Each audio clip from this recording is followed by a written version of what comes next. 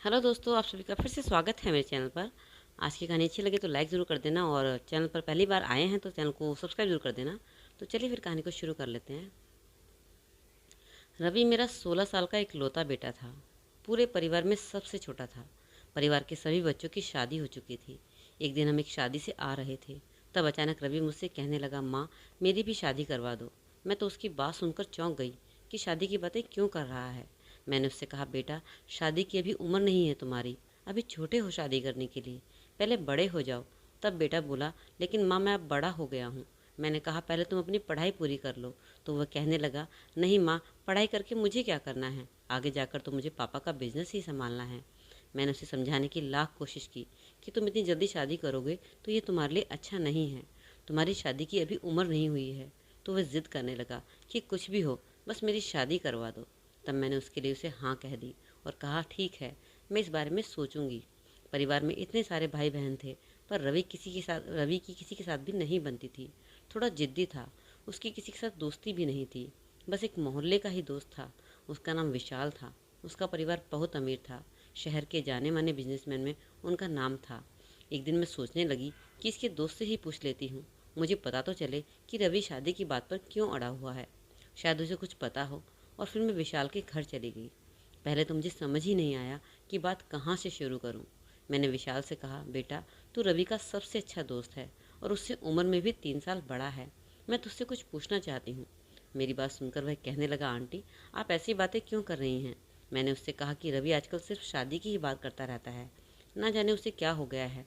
मुझे लगा शायद तुम्हें कुछ पता हो, तुम उसके दोस्त हो, उसकी बातें जानते होगे। वह रोज़ एक जिद करने लगा है कि मेरी शादी करवा दो। तब विशाल बोला, आंटी मैं भी आपको यही बताना चाहता था कि न जाने उसे आजकल क्या हुआ है।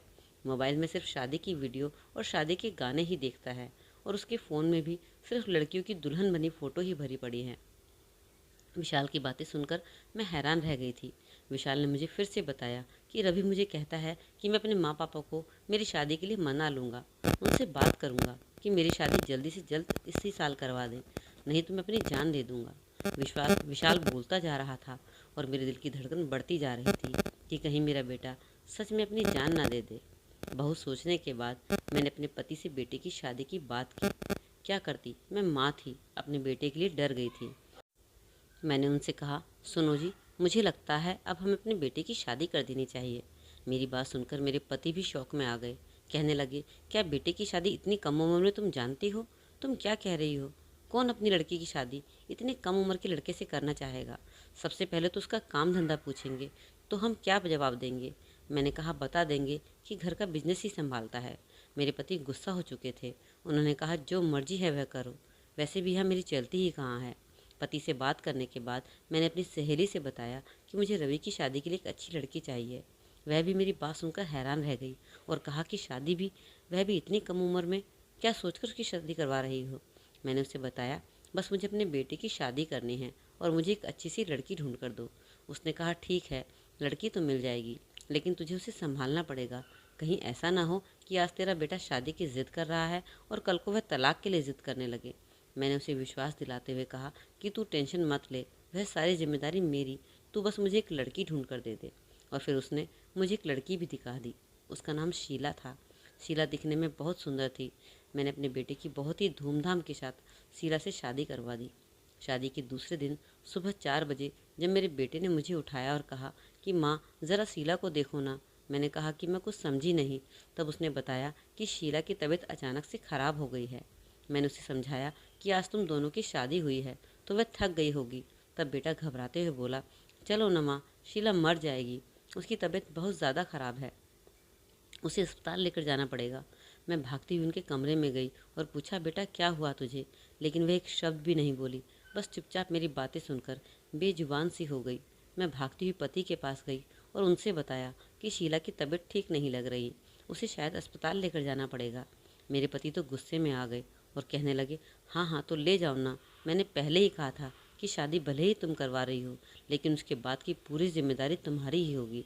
मैंने उनसे कहा, वह हमारी बहू है, कुछ तो रहम करो। पति ने गुस्से से कहा, है ठीक है चलो। मैं शीला को अपने डॉक्टर सहेली के पास ले गई। तब डॉक्टर ने शीला को चेकअप करके बताया कि मैंने उसे दवा दे दी है, तेरी बहू की तबीयत थोड़ी ठीक है, लेकिन आजकल के ये मर्द भी ना सारी हद पार कर जाते हैं, बिना सोचे समझे कुछ भी न करने का कर देते हैं। मैं कुछ हद तक उनकी बातें समझ गई थी।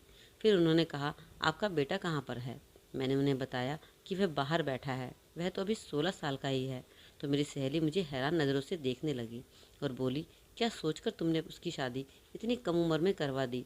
मैंने अपनी सहेली को अपनी सारी मजबूरी बता दी। अगर हम शादी नहीं करवाते तो मेरे बेटे ने कहा था कि वह अपनी जान दे देगा।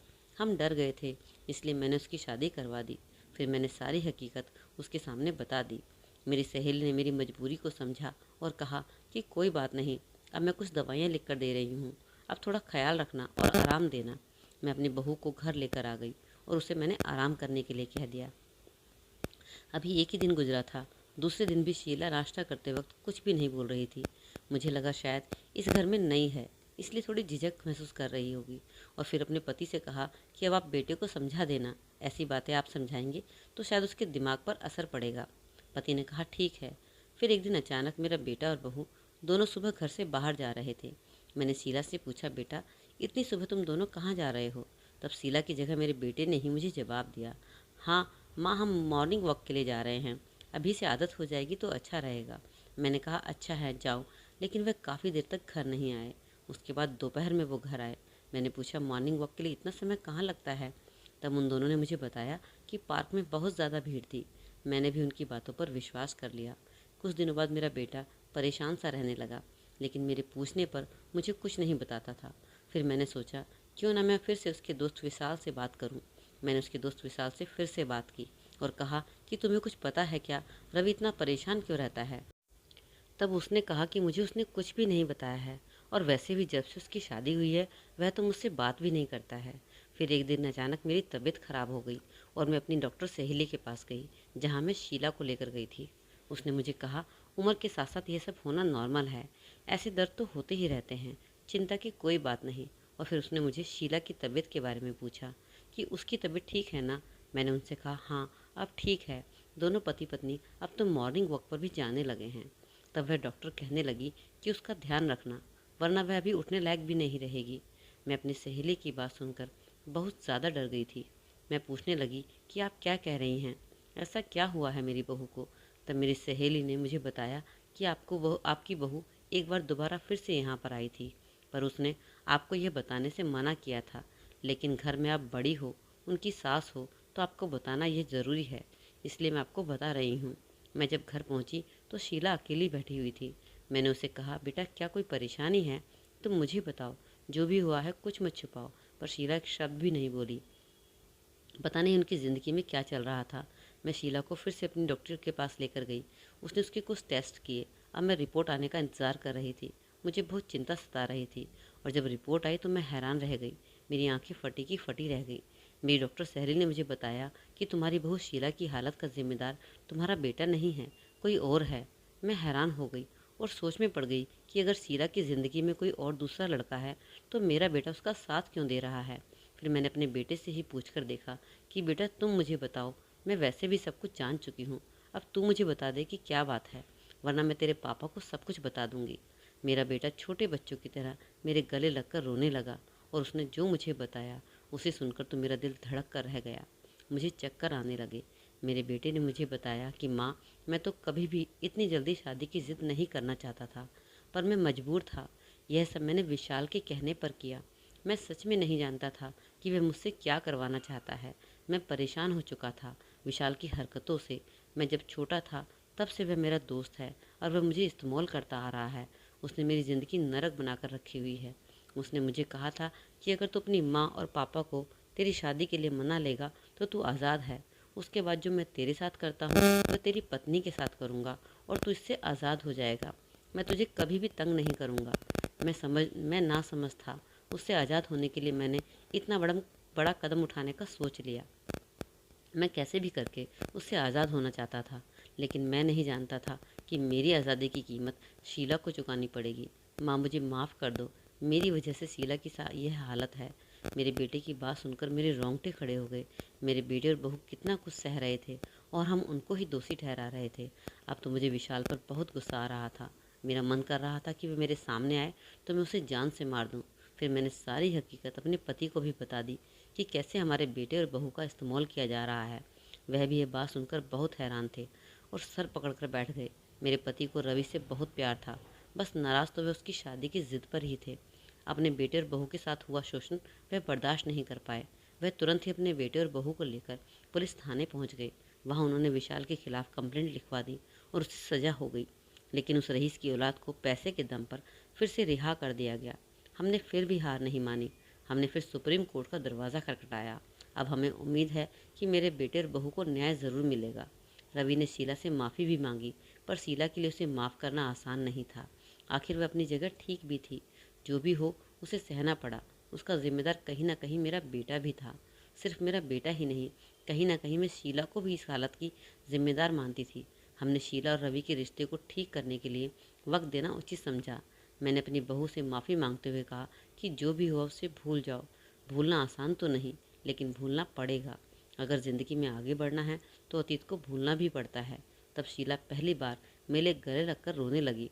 मैंने उसे बहुत समझाया कि बेटा, तू अब इस घर की इज्जत है, हमारी बहू है, जिम्मेदारी है। तुझे कभी भी कोई तकलीफ हो तो बिना झिझक हमें बता देना। जुल्म करने वाला अगर गुनहगार होता है तो जुल्म को सहने वाला भी उससे ज़्यादा ही बड़ा गुनहगार कहलाता है। यह सीख तो मैं अपनी बहू को दे चुकी थी, लेकिन उसके ज़ख्मों को भरने के लिए मेरे पास सिर्फ एक ही रास्ता था। मेरी बहू और बेटा दोनों ही शादी के लायक नहीं हुए थे जब उनकी शादी हुई थी। अभी तो उनके पढ़ने लिखने की उम्र थी। जो गलती मुझसे हुई थी उसे ठीक भी मुझे ही करना था। मैंने सोचा, जब तक रवि और शीला के रिश्ते सुधार नहीं जाता, तब तक के लिए मैंने रवि को दूसरे शहर में पढ़ने के लिए भेज दिया और शीला की भी पढ़ाई अपने ही शहर में शुरू करवा दी, ताकि मैं खुद उसकी देखभाल कर सकूं। शीला इतनी बहादुर बन चुकी थी कि अब तो वह किसी से नहीं डरती थी। आखिर वह पढ़ लिख कर IPS जो बन चुकी थी और मेरा बेटा एक बहुत बड़ा वकील भी बन चुका था। आखिरकार शीला ने रवि को तब माफ़ किया जब उसने शीला को इंसाफ दिलवाया और विशाल को उम्र कैद की सज़ा सुनाई गई। आज बड़ी मुश्किलों के बाद घर में खुशियों ने दस्तक दी थी, क्योंकि आज हमारे घर में नन्ही शीला का आगमन हुआ था। मैं भगवान से यही दुआ करती हूँ कि अब किसी की भी नज़र ना लगे, मेरे परिवार को ना लगे और मेरे बच्चों की खुशियों को किसी की नज़र ना लगे। इस कहानी से यही हमें सीख मिलती है कि आज के इस कलयुग में ज़रूरी नहीं कि सिर्फ लड़कियों का ही शोषण होता है। हम अखबार में ऐसे कई किस्से पढ़ते हैं जिसमें लड़कों का भी शोषण किया जाता है। आज के दौर में लड़का हो या लड़की, उन्हें बहादुर बनाएं, उनकी सुरक्षा का ध्यान रखें, उनकी बातों को सुनें, उनका बहुत ख्याल रखें, उनके दोस्त बने, उनके साथ जो भी हो रहा है वह हमें बता सकें। और एक बात और, कभी भी अपने बच्चों की दोस्ती उससे बड़ी उम्र के बच्चों के साथ ना होने दें। इस बात का खास ख्याल रखें। तो दोस्तों, कहानी कैसी लगी ज़रूर कमेंट सेक्शन में कमेंट छोड़िएगा। अच्छी लगी तो आपने लाइक कर दिया होगा, चैनल को भी सब्सक्राइब कर दिया होगा। इसी तरह अपना सपोर्ट बनाए रखें। चलिए फिर मिलते हैं अगली कहानी में एक नई वीडियो के साथ। तब तक के लिए अपना ख्याल रखें। Take care, bye bye.